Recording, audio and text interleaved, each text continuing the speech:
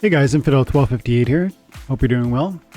Today I want to talk about the new legendary summoner that we're hearing about from the Dragon Splinter. This will come out of the Rebellion airdrops, and clearly it's super unique and particularly powerful, I would argue, but it's going to be, as all cards, niche. It's going to have its moments where it's powerful and moments where it's not. I'd love to talk about that with you today, so if that sounds interesting, let's get into it.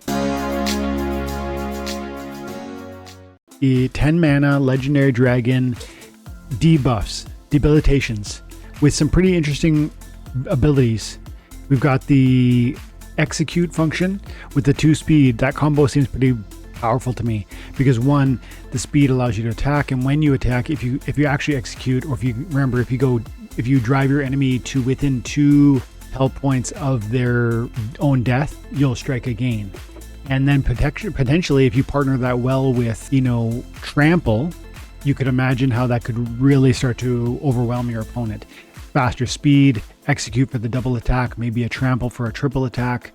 If there's a retaliate in there and your opponent retaliates, things could get really crazy. And so clearly this kit is very powerful, and yet because of the mana and because of the debilitations, it's going to be niche in its execution, or when you can actually implement it. Superficially, you might argue 10 mana can't play in lower mana matches. I mean, yes and no.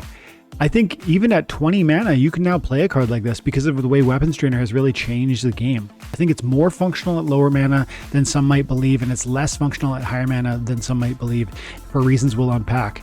But before we go to that, Death Blow with the blast, this is powerful. I mean, Death Blow is less interesting to me because, frankly, if you're relying on your Death Blow, it means your opponent's down to 1 monster, and it's no longer relevant that you have blast, right? The blast is primarily important if you have multiple opponents.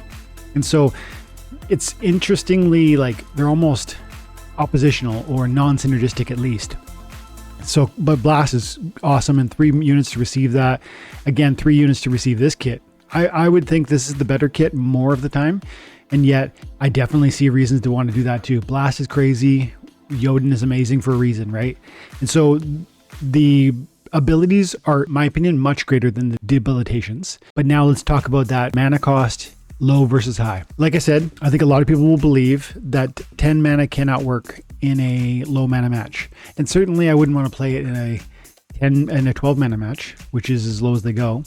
But, at 20 mana, I think at even 18 mana, I think you can play this card very well. And I want to show you some examples. We've seen Weapons Trainer come into the game, and I recently said on a video that Weapons Trainer only came in during Rebellion. And while that's not entirely true because of Zyriel with the promo card from Chaos, I think it's pretty relevant to say that Weapons Trainer began to truly redefine the meta of Splinterlands only after Rebellion released all of these Weapons Trainers.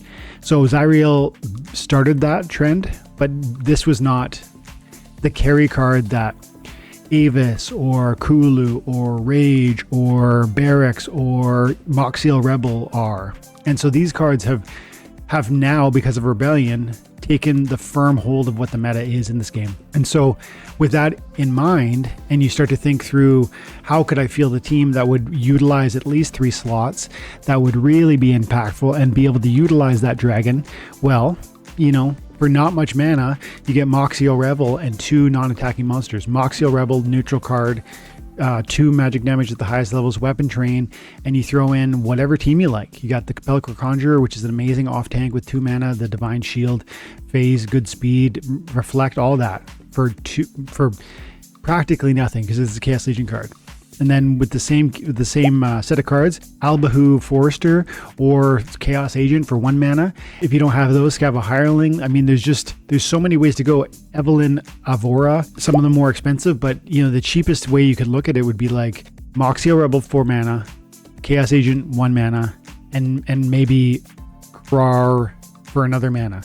You're talking, that's 6 mana for my monsters, both of them getting weapon trains, this one having Scavenge, Chaos Agent being, relatively resilient because of its dodge and whatnot, and the 2 speed could make it all that more evasive, right? So for 16 mana, I'm talking about fielding 3 monsters with this summoner, each, and Chaos Agent with +2 speed, or Pelacor Conjurer with +2 speed.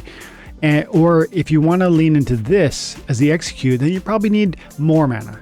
But I think in the 25, in the like 30 to 60 range, this thing is going to thrive. That's where I think the greatest success for this card is going to be found.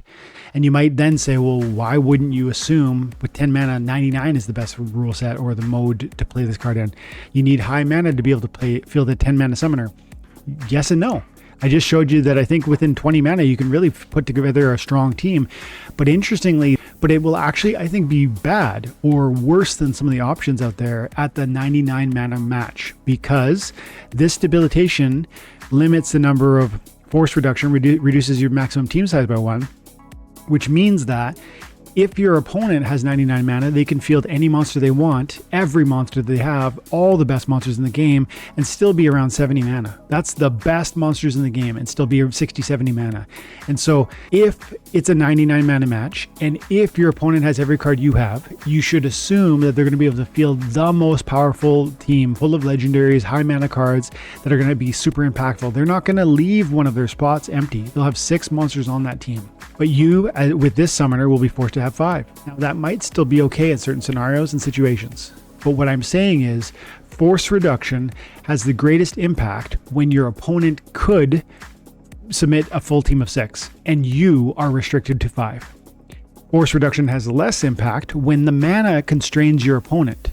If the mana constraint of 30 mana or 40 mana is constraining your opponent's probability of fielding 6 monsters because of the mana cap, they're submitting 5 or 4, then you are less impacted by the forced constraint or forced reduction imposed by the summoner. And so I think this card is probably going to be surprisingly functional at lower mana matches because of all the weapon trainer meta that's really come out of Rebellion. And because it's dragon, meaning you can then tie in dragon summoner, dragon weapon trainers with any other splinter, non-attacking monsters from any splinter, the opportunities in there to really utilize a low mana team with an amazing summoner, and sure, bring in blast if you want, or death blow if you want. Speed, I think, is going to be really helpful with some of those suggestions I gave you. And execute is going to be more that melee function. There's weapons trainers that do that. Kulu, Krar, Phyrexian, right? So that's going to be functional, playable, thoughtful too. Now we're talking slightly more mana, but with this one, you could, in a melee from any position, you could play this into those non-attacking monsters for, again, 8, 9 mana, under 20. So functional at lower mana, and at the highest, I see a major red flag for when you will not want to use this summoner at 99 mana, because your opponent will drop 6 monsters and you'll only have 5 spots. But at 40, 30 mana, this card will probably shine, because you can field a team for that much mana. 10 mana will be okay because of all the affordable non-attacking weapon training options. And finally, because your opponent is constrained to not fielding a full team, you will be less impacted when you don't field a full team. I really believe this card is going to thrive in that like 30 to 50 mana range, and I think it's going to be deeply powerful and impactful. I think the debilitations are massive, and yet the buffs are huge. I think it's really exciting, especially because it's dragon, and the 10 mana becomes therefore more bearable due to all the partnerships it can draw upon. I love this card. I'm super excited about it. This one to me feels, probably because it's dragon, more desirable than any of the other ones. Let me know in the comments below what you think. Have an amazing day. God bless.